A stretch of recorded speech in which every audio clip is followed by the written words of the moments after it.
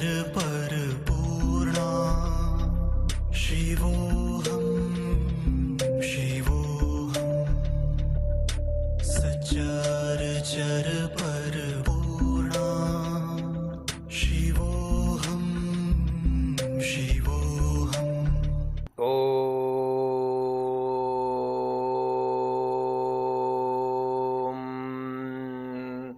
तत्सत। सभी आत्मा स्वरूप सज्जनों, देवी शक्ति स्वरूपाओ, परमात्मा के बारे में जो भी सद्गुरु भगवान बताते हैं, समझाते हैं, तो एक तृप्ति के बारे में जो जनाते हैं, तो तृप्ति क्या है कि एक परमात्मा एक वस्तु है, उसको तीन बातों में समझा करके और उसका निश्चय कराते हैं, उसे तृप्ति कहते हैं। कि एक वस्तु को दो प्रकार से विभाजन करके फिर उसको एक नाम में ले करते हैं। तो ये संतों ने शास्त्रों में तृप्ति को के द्वारा परमात्मा के दर्शन कराए हैं कि समष्टि और व्यष्टि और परमेष्टि। तो समष्टि अनन्य रूप है, बचा न एको रूप, और व्यष्टि में मैं बंध गया तो परमेष्टि गया भूल। माने समष्टि कहते हैं अनेक नाना प्रकार का जो विश्व में रूप अखंड में स्वरूप जो दिख रहा है, जितना भी स्वरूप को समष्टि कहते हैं। शिव में जो है समष्टि, समष्टि अनन्य रूप है, इसका एक रूप नहीं, अनेक प्रकार के जो रूप और स्वरूप दिख रहे हैं। ये समष्टि और व्यष्टि, समष्टि अनन्य रूप है, बचा न एको रूप, एक भी रूप नहीं बचा समष्टि कहने से। और व्यष्टि में मैं बंध गया तो परमेष्टि गया भूल। परमेष्टि माने परमात्मा को भूल गया। जब जीव मैं भाव में आता है तो मैं हिंदू हूँ, मैं मुसलमान हूँ, मैं ठाकुर हूँ, मैं ब्राह्मण हूँ, तो मैं भाव में आकर के छोटा 3.5 हाथ का ये मैं बन गई थी। बहुत विराट स्वरूप की परमात्मा की मैं अंश रूप से, लेकिन वो छोटी सी मैं होकर के फिर मैं से तुम तक चला गया। तुम दिखे बहुत अनेक और अनेकता में फंस गया। फिर घूमे पंथ अनेक, पंथों में है कलयुग की लीला। जो पंथों में कलयुग की लीला, कर्मकांड का शोर, पंथों में कर्मकांड का शोर है कि आप पूजा करिए, जाप करिए, सुबह करिए, शाम करिए, तो कर्मकांड बताते हैं। कर्मकांड कलयुग में, कर्मकांड पंथों में कलयुग की लीला, कर्मकांड का शोर, और देवी देवता अनंत कोट हैं, इनका और न छोर। देवी देवता घर के पूजे, प्रतिमा रूप अनेक। जब हम बालक रूप में रहते हैं तो अपने पिता और बाबा के साथ गांव में, घर में जो हमारे जो बुजुर्ग गुजर जाते हैं, उनकी यादगार में जो चबूतरा बनाते हैं, वहाँ पहले शुरुआत में पूजने जाते हैं।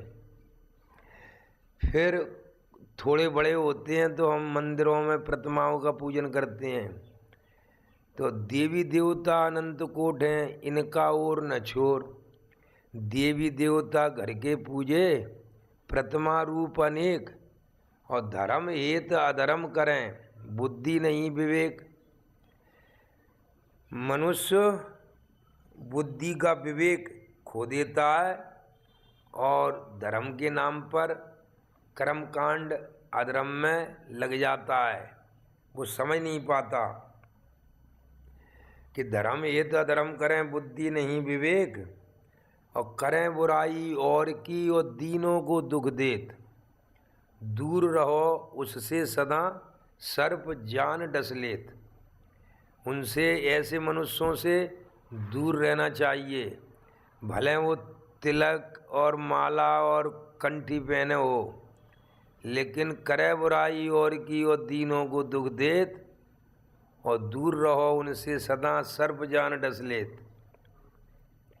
मनुष्य लोभ अज्ञान में आकर के गड्ढा खोदा खुद गिरा। वो दूसरे के लिए गड्ढा खोदता है लेकिन वो खुद गिरता है। गड्ढा खोदा खुद गिरा और ओला गिरा फसल में जाए। फसल नष्ट हो न पाएगी और खुद ही नष्ट हो जाए।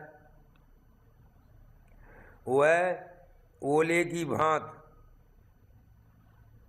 की भांत गिरता है दूसरे का बुरा करने के लिए, लेकिन उसका खुद ही बुरा हो जाता है। जैसा ओला फसल में गिरता है, फसल पूरी नष्ट नहीं होती, लेकिन ओला पूरा ही नष्ट हो जाता है। तो ये मात पिता माने नहीं और करे न घर को काम, और ज़्यादा कहीं घर से भगा पहुँचा कन फुकों के धाम।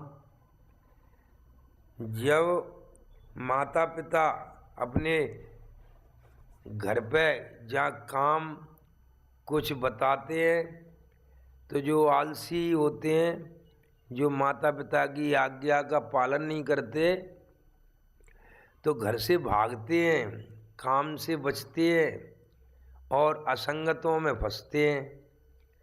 तो असंगतों में कोई अपने मंदिरों में चले जाते हैं, कोई अपने गुरुओं के पास जा कर के और मंत्र लेकर के बाबा बनने की कोशिश करते हैं।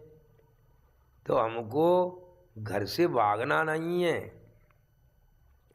मंत्र ले लो लेकिन उसे जानो समझो।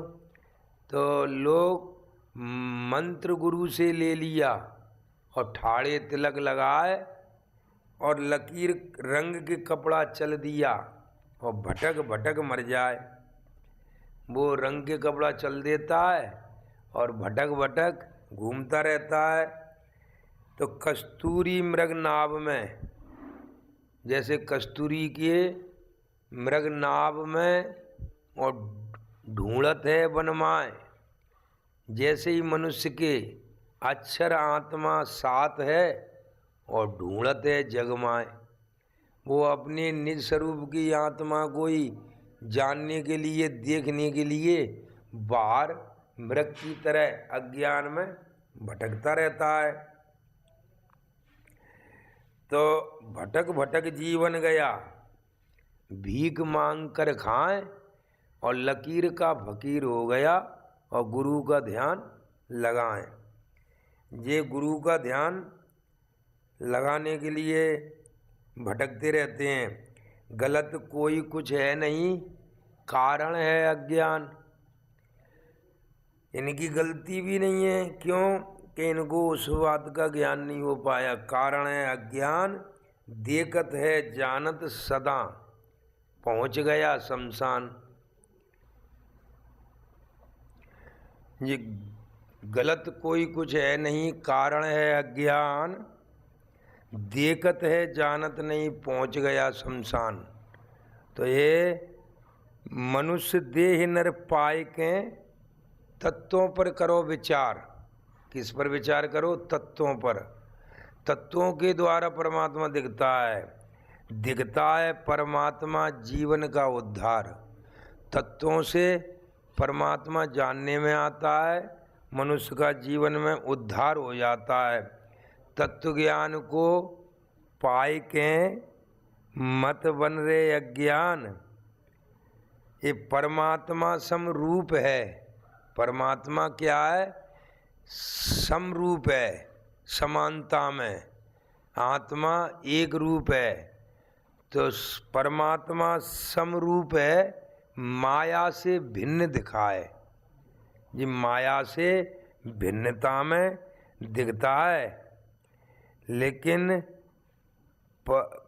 तत्व ज्ञान को जान के भेद सभी खुल जाए। तत्व ज्ञान को जान करके जीवन का और पूरे विश्व रूप का सब तत्वों से भेद खुल जाता है कि तत्व ज्ञान को जान के भेद सभी खुल जाए। और विश्व रूप परमात्मा 8 हैं इनके अंग। विश्व रूप परमात्मा 8 हैं इनके अंग। 5 तत्व गुण 3 हैं, आद मध्य नहीं अंत। ये 5 तत्वों का और 3 गुणों का न कहीं आद है, न कहीं मध्य है, न कहीं अंत है इसका। तो ज्ञान अब इसको देखने के लिए, जानने के लिए परमात्मा ने ये पंच महाभूतों से, पंच महाभूतों के यंत्र बनाए हैं।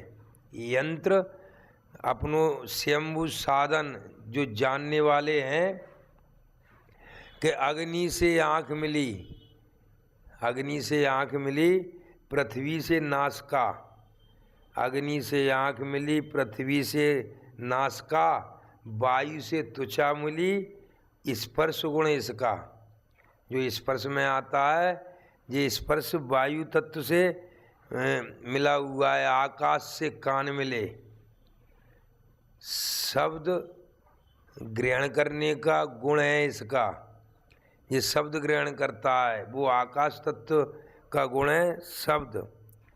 पृथ्वी से नाक मिली है, उसका गंध सुगंध लेना इसका स्वभाव है।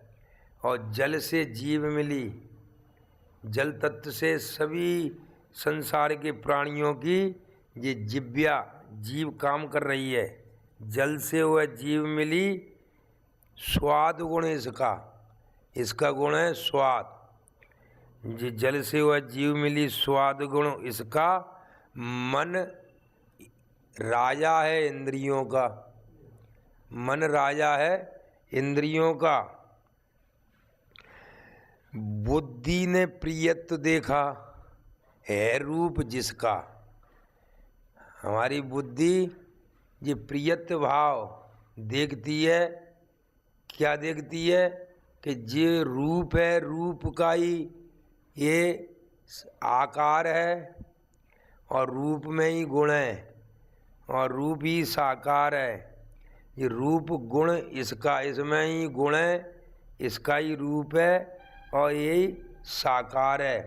रूप देखा नाम है और रूप भी देखा, जो दिख रहा है उसका नाम भी है। अक्षर स्वरूप उसका, अक्षर आत्मा का ही वो स्वरूप है। उसी अक्षर आत्मा का जो नाम, रूप, गुण, ईश उपाधि, ये हर युग में परमात्मा का देखना है दिव्य दृष्टि का।